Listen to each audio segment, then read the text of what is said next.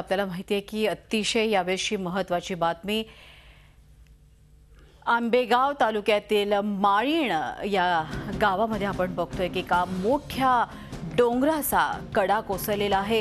कदाचित गेल्या 2 दिवसांपासून सुरू असलेल्या या पावसामुळे हा जो डोंगर आहे हा ठिसूळ झाला आणि हा जो मोठा कडा होता रात्रीच्या निद्रिस्त अवस्थेत हे गाव होतं। 50 ते 60 घरांचे हे गाव या डोंगराच्या पायथ्याशी राहत होतं। अर्थातच दिवसभराचं काम आटोपून शांततेने निवांततेने झोपणारं हे गाव आज आपण बघतोय की या डोंगराच्या आत दबला गेलेला आहे। काळानं एक मोठा घाला यांच्यावरती घातला असं म्हणायला काहीच हरकत नाही। आतापर्यंतची माहिती आली आहे त्याप्रमाणे 2 ते 3 लोकांना केवळ बाहेर काढण्यात यश मिळालेलं आहे। मात्र रात्रीच्या या अंधारामध्ये प्रचंड पावसामध्ये हे गाव दबलं गेलं आहे। डोंगराखाली गाडल्या गेलेल्या माळीण गावाची नेमकी ओळख काय आहे ती पाहूया। माळीण हे माळेगाव तालुक्यातील गाव 350च्या आसपास इथे लोकवस्ती आहे। डिंबे धरणातील विस्थापितांच्या पुनर्वसनामुळे माळीण गाव वसलं। मुख्यतः आदिवासी शेतकरी या गावातील रहिवासी आहे। माळीण हे माळेगाव तालुक्यातील गाव आहे। तर आपण बघतोय की आंबेगाव तालुक्यातील माळीण हे गाव स्वतः विस्थापित झालेले हे गाव आहे आणि आता पुन्हा एकदा छिन्न विछिन्न असं हे गाव झालं। कारण आपल्याला माहिती आहे की पहाटेच्या सुमारास मोठा एक डोंगर कडा या संपूर्ण गावावरती कोसळला।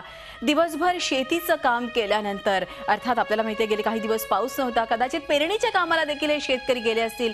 दिवसभर राबले आणि एक रात्रभर एक शांततेनं या डोंगराच्या पायथ्याशी डोंगराचा आसरा घेऊन कुठेतरी डोंगराचा आपल्यावरती वरदहस्त आहे असं समजून हे गावकरी इथे निद्रिस्त झाले असतील। मात्र आज आपण बघतोय की हा जो डोंगर कडा आहे ज्याच्या पायथ्याशी ज्याच्या आधारानं ते झोपत असत हा डोंगर कडा त्यांच्यावरती आदळलाय। या संदर्भात काही वेळापूर्वी दिलीप वळसे पाटील यांच्याशी बातचीत केली आहे। ते तिथे रवाना झालेले आहेत। काय म्हणाले ते, काय अधिक माहिती दिली पाहूया।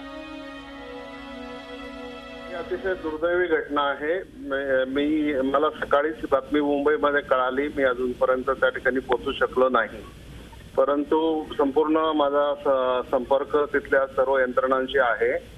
सकाळीच मला बातमी कळाल्याबरोबर त्याच्यामध्ये जिल्हाधिकारी, महसूल आयुक्त, जिल्हा पोलीस प्रमुख आणि सर्व शासकीय यंत्रणा, वैद्यकीय यंत्रणा सगळ्यांना त्या ठिकाणी रवाना करण्यात आलेला आहे। आमचे कार्यकर्ते आणि काही खाजगी डॉक्टर्स पण तिकडे रवाना करण्यात आलेले आहेत।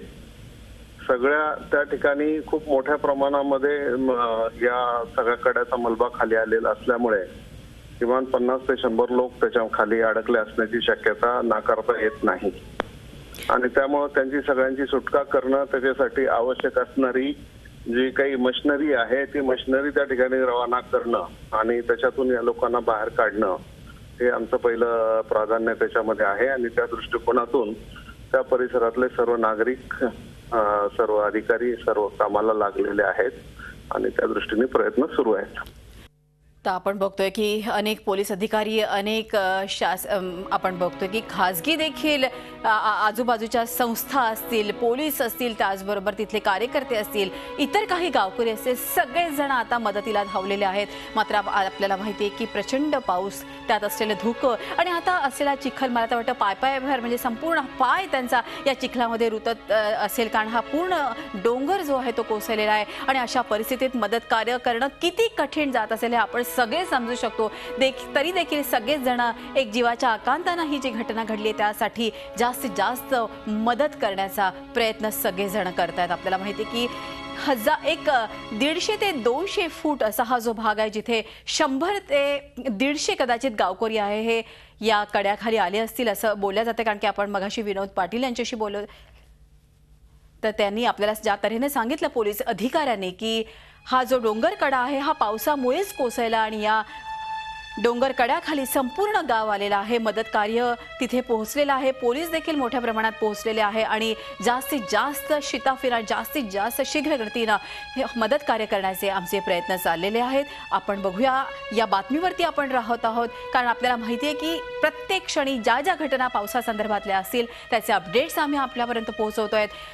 12 वाजल्या, एक 11:30 वाजल्यापासून आपण ही बातमी आपल्यापर्यंत पोहोचवते, कारण की आपल्याला माहिती आहे की ही घटना कशी घडली याचा थांग पत्ताही लागलेला नाही, कारण की संवादाचं माध्यम कुठलंही उपलब्ध नव्हतं. संपूर्ण हे जे आदिवासी पाडे होते आणि आदिवासी लोकांमध्ये आपल्याला माहिती आहे की केवळ एक दिवसभर काम करायचं, शेतामध्ये राबायचं आणि डोंगर कड्याशी येऊन झोपायचं. त्यामुळे सकाळपर्यंत कोणाच्या लक्षातही नाही आलं. मात्र हळूहळू ही बातमी पसरली की अर्थातच हे गाव जे होतं, 50 ते 60 घरं इथे होते, ती आता घरं दिसत नाहीयेत आणि अर्थातच हा असणारा मोठा डोंगर हा देखील इथे भुईसपाट झालेला दिसतोय. मग यामागची कारणं काय असावी? कारण रात्रभर प्रचंड पाऊस आला आणि या पावसामध्ये आपण बघतोय की डोंगराचा कडा अक्षरशः वाहून गेला. आपण नेहमी म्हणतो डोंगराला आग लागली पळा पळा, मग हा डोंगर कडा जेव्हा पडला तेव्हा पळा पळा म्हणण्याची देखील वेळ या अर्थातच आपण बघतोय की विस्थापित आदिवासींवर आलेली नाही, कारण त्यांच्या लक्षातच आलेलं नाही की हा डोंगर कडा आपल्या अंगावरती कोसळतो आहे आणि अशा तऱ्हेनं काळाचा घाला आपल्यावरती बसलेला आहे आणि यामध्ये संपूर्ण घर, जी काही त्यांचं छोटंसं घर असेल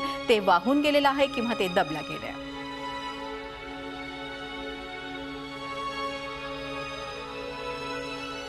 शिवसेनेच्या नेत्या नीलमताई गोरे आपल्याबरोबर आहे. नीलमजी, आपण बघतोय अतिशय दुर्दैवी अशी ही बातमी आहे. संपूर्ण गाव जे आहे ते डोंगर कड्याखाली दबलं गेलेलं आहे. अर्थातच मदत कार्य प्रचंड प्रमाणामध्ये सुरू झालेलं आहे. काय अधिक आपल्याला माहिती मिळते आणि आपल्याकडून काय प्रयत्न सुरू आहेत? ज्या वेळेला अशा पद्धतीच्या नैसर्गिक दुर्घटना घडतात त्याच्यामध्ये किती प्रयत्न केला माणसाने तरी सुद्धा त्याची माहिती असणं जवळ अशक्य आहे. आणि त्याच्यामुळे आंबेगावमध्ये जी घटना घडलेली आहे त्याच्याबद्दल तीव्र दुःख तर व्यक्त होतच आहे. पण केदारनाथ असेल किंवा अन्य भागामध्ये, भारताच्या कोकणामध्ये दरड किंवा डोंगर कोसळणं हा एक नेहमीचा दुर्घटनेचा प्रकार आहे. आणि जे गरीब आहेत, आदिवासी आहेत, असे लोक अनपेक्षितरित्या असं संकट येऊन कोसळतं की काय होतंय कळण्याच्या आतच या दुर्घटना घडत असतात. आमचे स्थानिक कार्यकर्ते जे आहेत आंबेगाव मधले ते या सगळ्या मदत कार्यामध्ये आहेतच, कारण शेवटी त्या गावातच राहत असतात. म्हटल्यावरती आसपासच्या गावांमधल्या लोकांची प्राथमिक प्रतिक्रिया असते मदतीच्या संदर्भामध्ये. खरा प्रश्न नेहमी असा येतो की घरांचं नुकसान भरपाई होऊ शकते, परंतु जे जीव गमावलेले असतात, आपण भूकंप असतो, भयान वादळ असतो, प्रत्येक वेळेला बघतो त्या संदर्भामध्ये सरकार काही ना काही कॉम्पेन्सेशन पॅकेजेस देत असतं.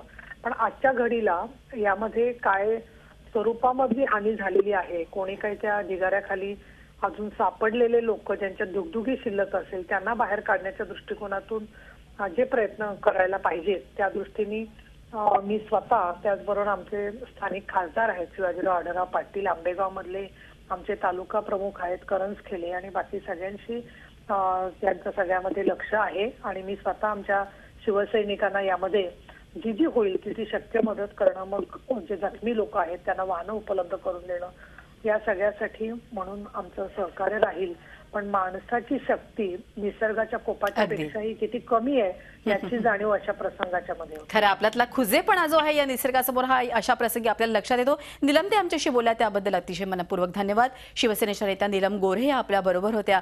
आपण बघतोय की निसर्गाचा जो कोप झालेला आहे, आपण गेल्या काही दिवसांत बघतोय की मराठवाड्यामध्ये दुष्काळ पडलेला आहे. मराठवाड्यामध्ये देखील पाण्याचा हवा तो साठा अजून झालेला नाहीये आणि अशा तऱ्हेने देखील निसर्ग आपल्या नाना कळा दाखवत असतो. तशीच घटना घडली. गेल्या अनेक दिवसांपासून आपण पावसाची वाट बघत होतो, मात्र निसर्गाची इतर ज्या कळा आहेत त्या देखील या निमित्तानं आपल्या समोर आलेल्या आहेत. आपण बघतोय काही वेळापूर्वीच आपण बघतोय की कसारा घाटामध्ये दरड कोसळली. अनेक ठिकाणी आपण बघतोय काही जण पुलाखाली वाहून गेले. तर आता ही घटना पावसामुळे घडलेली आपण बघतोय आंबेगाव तालुक्यातली. आंबेगाव तालुक्यामधले माळिणी या गावामध्ये एक मोठा डोंगर होता. या डोंगराला मोठा कडा होता आणि अर्थातच 2 दिवसांच्या या पावसामुळे तो डोंगर कडा कोसळलेला आहे.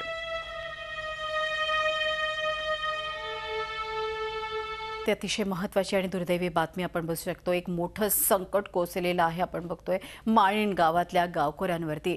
माळीण गाव जे आहे ते आंबेगाव तालुक्यामध्ये येतं. आंबेगाव तालुक्यातील माळीण गावावर आता शोककळा पसरलेली आहे. पहाटेच्या सुमारास एक मोठं कडा जो आहे, ज्याला आपण दरड म्हणू शकतो किंवा डोंगराचा कडा आहे, तो कोसळलेला आहे. शेकडो जण ढिगाऱ्याखाली अडकल्याची आता भीती व्यक्त करण्यात येते आहे. गाव झोपेत असताना काळानं हा निर्दयी घाला या गावावरती घातलेला आहे. शेकडो जण ढिगाऱ्याखाली अडकल्याची देखील भीती व्यक्त करण्यात येते आहे. अत्यंत मोठी अशी ही शोककळा आहे.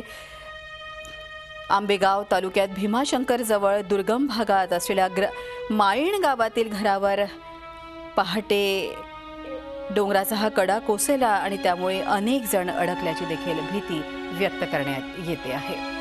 एनडीआरएफचे जवान या ठिकाणी पोहोचलेले आहेत आणि मदत कार्य त्यांनी जोमानं सुरू केलेलं आहे. मात्र आपल्याला समजू शकतं की प्रचंड पाऊस आहे, त्यामध्येच ज्या तऱ्हेनं हा डोंगर कोसळला आहे त्यामुळे अगदी फुटफुटभर आपण बघतोय चिखल तिथे तयार झालेला असेल आणि या चिखलामध्ये ह्या संपूर्ण झोपड्या ज्या आहेत त्या अडकलेल्या आहेत आणि ते शोधण्याचं अत्यंत कठीण असं काम एनडीआरएफचे जवान करतायत. अनेक पोलीस अधिकारी आहेत, अनेक गावकरी आहेत, हे देखील मदतीला पोहोचले आहेत. मेडिकलची पथकं देखील तिथे पोहोचलेली आहेत. पुण्याचे जिल्हाधिकारी सौरव राव आपल्याबरोबर आहे. राव सर, आपण बघू शकतो अतिशय दुर्दैवी अशी ही घटना आहे. एकूणच कशा तऱ्हेनं मदत कार्य होत आहे आणि घटनेविषयी काय अधिकृत माहिती आपल्यापर्यंत पोहोचली आहे? ते आता मागील 3 दिवसापासून साधारणतः पावसाचा जोर, त्याची इंटेन्सिटी वाढली होती आणि आज सकाळी साधारणतः 8-8:30 दरम्यान ही घटना घडली आहे.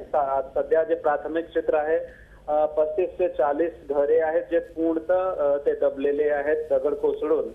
आमची प्राथमिक टीम तिथे पोहोचली आहे. याचे व्यतिरिक्त 30 ते 35 अँब्युलन्स आम्ही गावात दाखल केलेला आहे. जेवढे आजूबाजूचे हॉस्पिटल्स आहेत त्यांना अलर्टवर ठेवला आहे. ससून हॉस्पिटलमध्ये पूर्ण वॉर्ड राखीव ठेवला आहे.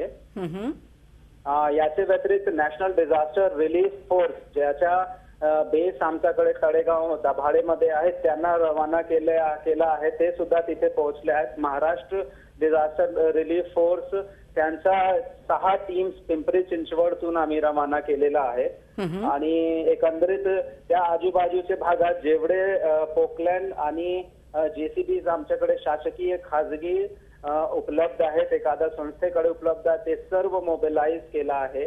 याच्या व्यतिरिक्त तिथे जे गावामध्ये सध्या राहत असलेले लोक आहेत त्यांच्यासाठी पिण्याच्या पाण्याची व्यवस्था, त्यांच्यासाठी जेवणची व्यवस्था सुद्धा आम्ही करत आहोत आणि पुरेशी संख्यामध्ये तिथे मनुष्यबळ आम्ही उपलब्ध करून घेतला आहे. सध्या एवढाच एकच आहे की जे एक्झॅक्ट नंबर ऑफ कॅज्युअलिटीज आहेत, किती लोक मृत झालेले आहेत, ती संख्या निश्चित होण्यास थोडासा अजून वेळ लागेल. कारण आता मलबा काढण्याची कारवाई आम्ही जोराने सुरू केलेला आहे आणि ते थोडासा त्यामध्ये लोक दबून असल्यामुळे थोडासा ते हळू होत आहे आणि ढगडाळ वातावरण सुद्धा आहे. परंतु पूर्ण आमची टीम आणि मशिनरी लागली आहे कामावर. निश्चितच. राव सर, अजून एक विचारायचं वाटतं, काही हेल्पलाईन नंबर यासाठी तुम्ही सूचित केलेला आहे का? आणि ज्या तऱ्हेनं मदत कार्य सुरू आहे आतापर्यंत कोणी बाहेर काढण्यात कोणाला यश मिळालंय का? हो, याच्यासाठी आम्ही ऑलरेडी आंबेगाव तहसीलमध्ये वेगळा कंट्रोल रूम चालू केलेला आहे. आजूबाजूचे आमचे जे प्रांत आणि तहसीलदार आहेत त्या सर्वांना वेगवेगळी ड्युटीज देऊन त्यांना इथे आम्ही बोलून घेतला आहे. आरोग्याचे इन्चार्ज, खानपान व्यवस्थाचे इन्चार्ज, इव्हॅक्युएशनचे इन्चार्ज, तसेच हे डबरी रिमूव्ह करण्याची जी कारवाईचे इन्चार्ज ते वेगवेगळा नेमलाय आपण. अजून बॉडीज आम्हाला मिळणे सुरू झालेले नाही आहेत कारण म्हणजे सर्व जे वरून आलेला डेब्री आहे किंवा मलबा आहे किंवा जे दगड जे कोसळला ते खूप मोठा आहे, खूप जास्त संख्यामध्ये आहे, खूप जास्त मात्रामध्ये आहे आणि थोडासा आम्ही हळू चालत आहे जेणेकरून जर एखादा आतमध्ये दबलेला व्यक्ती जिवंत असेल तर त्याला हानी इजा नाही पोहोचला पाहिजे. निश्चितच. राव सर, किती जण एकूण दबले गेल्याची शक्यता व्यक्त करण्यात येते आहे आणि काही म्हणजे कळतं आहे का की काही लोकांना बाहेर काढण्यात यश मिळालंय म्हणून? गावाची लोकसंख्या साधारणतः 750 आहे. त्यापैकी आता 30 ते 35 घरे आहेत जे पूर्णतः दबलेले आहेत. तर त्या मानाने आता लोकांची संख्या निश्चित व्हायची आहे. घरची संख्या मात्र निश्चित आहे की 30 ते 35 घर पूर्णतः जमीनदोस्त झालेले आहेत. बाकीचे घरे आहेत ते सुरक्षित आहेत आणि ते त्या लोकांना जे आपण जे बेसिक सोय. तर आपण बघतोय की सौरव राव यांचा संपर्क आपला तुटलेला आहे. आपल्याला माहिती आहे अतिशय पाऊस आहे आणि त्यामुळेच नेटवर्क सिग्नलचा हा जो प्रॉब्लेम आहे आपल्या येतो आणि अर्थातच अडथळा मदत कार्यात देखील येतो. या बातमीवरती आपण इथे राहणार आहोत. तर आंबेगाव तालुक्यातील माळीण गावात ही घटना घडली आहे. माळीण गाव नक्की नेमकं कुठे आहे हे जाणून घेऊया. थेट जाऊयात. आपले प्रतिनिधी ऋषी देसाई आपल्याबरोबर आहेत. ऋषी, एकूणच गुगल मॅपवर आपल्या प्रेक्षकांना तू दाखव की हे माळीण गाव आहे कुठे? बात बोलणार आहोत मृदुला. काल पहाटे 3च्या सुमारास, आज पहाटे 3च्या सुमाराचा सगळा प्रकार घडला. प्रकार किती भीषण आहे याची सध्या तरी आपल्यापर्यंत 2 फोटोग्राफ्स आले असतील तरी गुगल मॅपच्या आधारे आपण समजू शकतो. आपण इथे या ठिकाणी पुण्याला आहोत. पुण्याहून साधारणपणे 120 किलोमीटरच्या टप्प्यावर ही जी घटनास्थळ आहे, जो माळीण गाव आहे, तिथे हा सगळा प्रकार झालाय. आपण पुण्याहून साधारणपणे मंचर, हा मंचर भाग आहे, मंचरहून इथे आंबेगाव येतं. आंबेगावच्या तिथे आपण जाऊया. आंबेगावच्या तिकडचा हा सगळा परिसर आहे आणि आंबेगावला इथलेच हा जो सगळा डिंबे डॅमचा परिसर आहे. एक गोष्ट समजून घेतली पाहिजे, हे जे गाव होतं, हा माळीण गाव, हे डिंबे धरण क्षेत्रातले जे पूरग्रस्त होते किंवा हे धरणग्रस्त होते त्यांच्यासाठी त्या ठिकाणी ती घरं देण्यात आलेली होती. आणि हा जो भाग आहे हा माळीण गाव, नकाशावर फार अतिशय छोटं दिसणारं गाव. नेमकं हा प्रकार किती भयानक होता आपण समजून घेऊया. इथं माळीण गावाच्या ठिकाणी आपण गेल्यानंतर आपल्याला लक्षात येईल, आपण जसं या गावाच्या पुढे जाऊ तसं एक गोष्ट लक्षात येते मृदुला, आपण समजू शकतो इथं छोटीशी घरं दिसतायत आपल्याला आणि हा सगळा आपल्याला डोंगर पट्टा दिसतोय. खरं तरी पहिल्यांदा बातमी आली तेव्हा कोणाच्या लक्षात येईना की नेमका प्रकार काय आहे, की एक डोंगर संपूर्णपणे स्लाइड झाला, पूर्णपणे त्याचं स्खलन झालं आणि गावावर कोसळला. याची तीव्रता आपण समजू शकतो की हा जो संपूर्ण परिसर आहे हा डोंगराचा भाग होता. थोडीशी लाल माती, काळी माती, भौगोलिक दृष्ट्या गेले 2 दिवस सलगपणे पडत असलेला पाऊस, या सगळ्या पावसानं माती जी होती ती थोडीशी चिखल मिश्रित झाली होती. हळूहळू त्याचं स्खलन झालं आणि रात्री 3च्या सुमारास पावसाची तीव्रता वाढली आणि या ठिकाणी ही जी घरं दिसत आहेत साधारणपणे 30 ते 40 घरं अतिशय संपूर्ण धरणग्रस्तांसाठी बांधलेली घरं, छोटी घरं होती. आणि इथं रात्री ज्यावेळी ते झोपलेले असताना त्यांच्यावर हा काळाचा घाला पडलेला आहे. हा डोंगराचा भाग बघा, हा संपूर्णपणे सरकून या सगळ्या गावांवर गेलेला आहे. आता या क्षणाची परिस्थिती अशी आहे की संपूर्णपणे चिखलाचं साम्राज्य आहे. घरं होती की नव्हती हा इतिहास झालाय, अशी सगळी परिस्थिती आहे. मृदुला, अगदी खरंय ऋषी, धन्यवाद ही माहिती दिल्याबद्दल. ऋषी देसाई आपले प्रतिनिधी. गुगल मॅपद्वारे माळीण गाव कुठे आहे, त्याचं लोकेशन कसं आपण समजू शकतो. संपूर्ण डोंगरावरती आपण बघतो की ज्या तऱ्हेनं हे माळीण गाव आहे, आधीच धरणग्रस्त, हे विस्थापित, आणि आता आपल्याला माहिती आहे की काळाचा हा एकूणच मोठा घाला त्यांच्यावरती बसलेला आहे. अतिशय दुर्दैवी अशी बातमी. झी 24 तास रहा एक पाऊल पुढे.